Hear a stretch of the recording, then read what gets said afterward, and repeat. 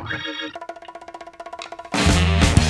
morning, Chairman, Mr. Sheriff, Board Sheriff, and public.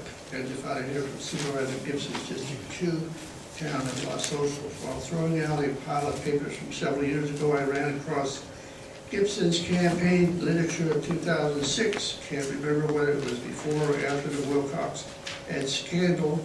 Basically, it said, I'm running for county supervisor because I believe we can shape our own future if we come together to holding county government accountable. Okay, Bruce, you said it, not us. The voters want yourself accountable for embarrassing yourself, your constituents, your family, and this whole county without any kind of punishment to you. We want you to make the right decision and resign from the board immediately. Besides the above, you even teamed up with the other two, making a majority of 3 comrades, and together with other good old boys passed anything any one of you 3 brought up on this board without any kind of challenge. Not even taking any action against Paul Rover and his sweetie, who at the time was vice chair for the Los Osos CSD, having pillow talk about how to get the Los Osos CSD bankrupt and out of the way for Gibson Auburn's very expensive, flawed gravity sewer project. Except for Supervisor Meacham, this board passed the Los Osos sewer project without any of you other 2 comrades asking Gibson the hard questions, or hardly any questions for that matter. You approved his antiquated, overpriced, unaffordable, NG Hawk, stinky gravity project that nobody can afford. It looks like what was going to be a $25,000 assessment per lot is now about $40,000 assessment per lot. Of course, the public will never know the true cost of the project till it's just about done. So much for transparency. You really want to know why we come here every Tuesday? Well, when the county took over the Los Osos sewer project, it made sure that the Los Osos CSD can't get involved anymore in the sewer. So we had to come here to remind you that putting the sewer in the middle of town is a bad idea, that a $200 million project was unaffordable, that a million gallons of water a day on sandy soil high above the central part of town was not a good idea, that placing the treatment plant way outside of the town's basin was a bad idea, and using spray fields to get rid of the town's only drinking water, never to be seen again, was a bad idea, and so forth. I don't have enough time to mention other things at this time. Talk about decisions by Gibson and Auburn. Los Osos has endured a lot of abuse, but one that none of us will ever forget is the one that former Supervisor Bianchi's, when she said, you can't cross the creek with a sewer pipe. That was the reason why the sewer plant had to be built in the center of town. Well, that's about the time the citizens rebelled and recalled all 3 of their CSD directors in disgrace. So you see what comes of what the likes of 3 comrades on this board can do to ruin a town? Thank you, sir. Thank you. I am Eric Greening, and I guess I'll start by referring back to a slightly earlier public comment that reinforces a point I was just making. People in agriculture, people who own hotels and other visitor-serving businesses, if you expect that in the wake of something going wrong at the plant, you'll get a check for restitution from PG&E, ask the fishermen about PG&E's track record for restitution. And the so-called low-energy seismic testing has been having an impact. They can also tell you about the very frustrating conversations they had when this high-energy seismic testing was a very real prospect looming over us just a couple of months in the future, a future that fortunately the Coastal Commission averted for us. But yeah, ask the fishermen. That's probably what's in store for our agricultural people and our visitor-serving people in the event that there is damage from a PG&E facility. I do want to return to requesting that when you bring back the first part of the legislative platform, that you also take a fresh look at your language on the California Environmental Quality Act. Because I am very concerned that what is being touted as streamlining is actually special favors for the politically connected under the rubric of smart growth. And I note that in the list in SB 731, I'm waiting for some of the spot bills to fill in with the actual detail that will enact some of this, but it's pretty well outlined in Steinberg's SB 731 in the class of projects for which he wants streamlining or exemption is something called advanced manufacturing projects. I don't know what that is. My fear is that it may be nanotechnology. And if that is the case, the question is, would we rather be in ignorance about the impacts and then find out later? Or would we rather be precautionary and study up front, which CEQA is meant to do? CEQA isn't meant to just stop everything. It's not meant as an obstacle. It's meant to give us the information to weigh our decisions on the costs and benefits of the project by understanding the environmental costs. Reminds me of a bumper sticker that you see sometimes in the education community. If you think education costs too much, try ignorance. It applies not just in schools, but to environmental law. Thank you. Thank you, Mr. Good morning, Lindy Owen from Los Osos.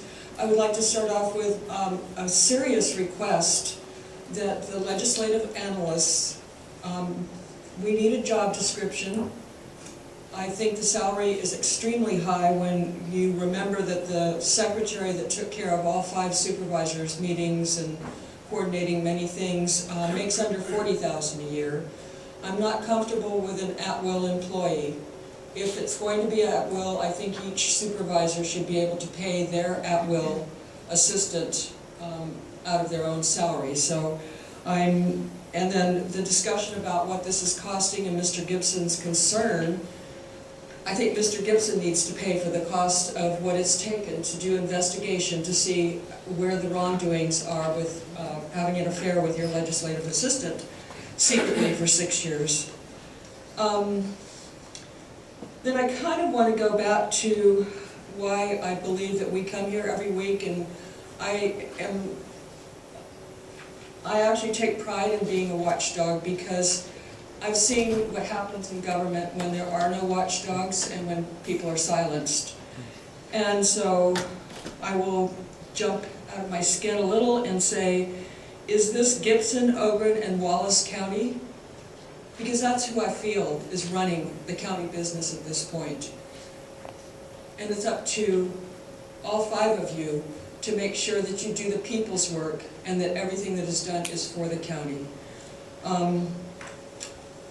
Again, there's no oversight on the Los Osos sewer project. This is a project that Sam Blakesley took away from an operating and elected, freshly seated CSD that was intending to do an alternative green technology.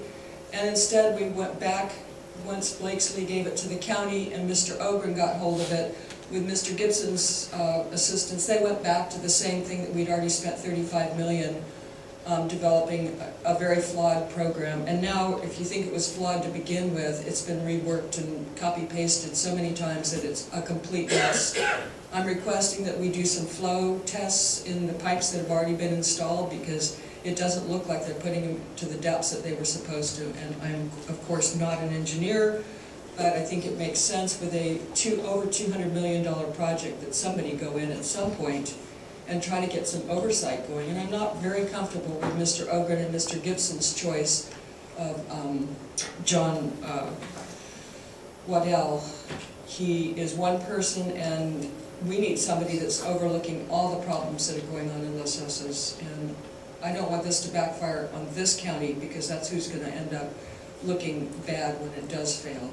So please look into the legislative assistant. I think that's a position that needs a description. Thank you, Mr.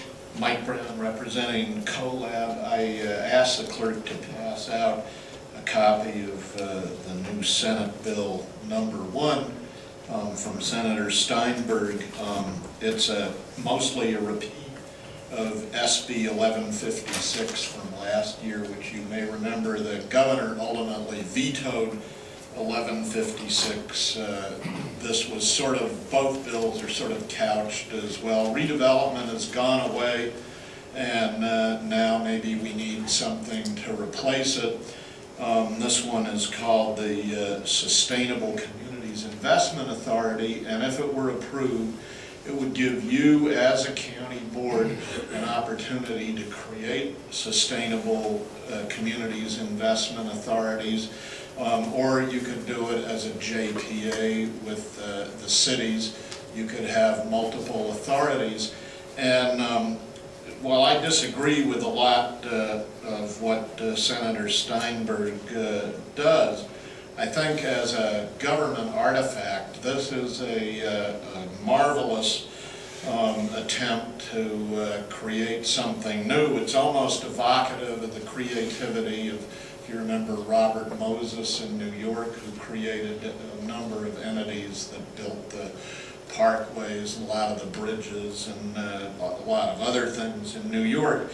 This bill would authorize you to set up these entities which could issue debt, pledge the tax increment from these entities to service that debt, and even work with various pension authorities, including PERS, STRS, the 37 Act pension, and it specifically calls out independent pensions such as yours to be invested in these entities. So it's quite clever.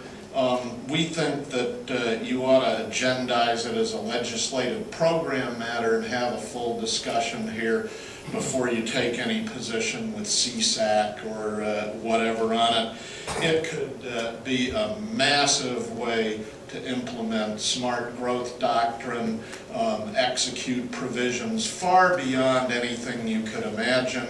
Of course, divert growth from the general fund and be a great burden on everybody and further the purposes of some of these things that are highly problematical. So we think it deserves a full discussion here in public.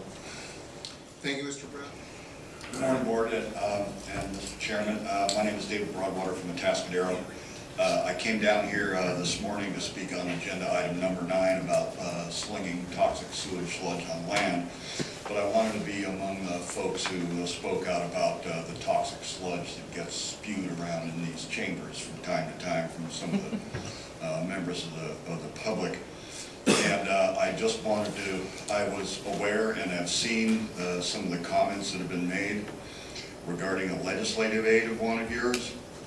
And I just want to be among those who express my support for your board's ability to enforce decorum and rules regarding the content of public speech during public comment. And just to quote from your own rules of procedure, under public comment, the rule is no person will be permitted to make slanderous or profane remarks against any individual.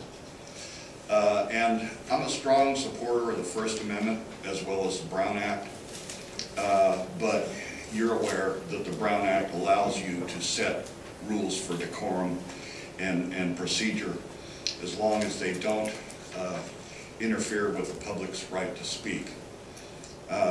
And I'm also read in the news that one of your supervisors, Supervisor Gibson, I think it was during that same meeting, made a statement about possibly shortening the public comment period. And I'm aware of Mr. Meacham's statement, saw it, that these are business meetings. I just want to say that part of your business is during public comment to receive information and perspectives that may not have occurred to you or you might not have been informed of. You and your staff don't know everything that's going on, and you need to have the public to be able to inform you about important things that are occurring within your jurisdiction. And so I would be very careful and very much opposed to any shortening of public comment whatsoever. There's no need for that. And so I encourage you not to go forward with any kind of an idea like that. That's not the problem. Thank you.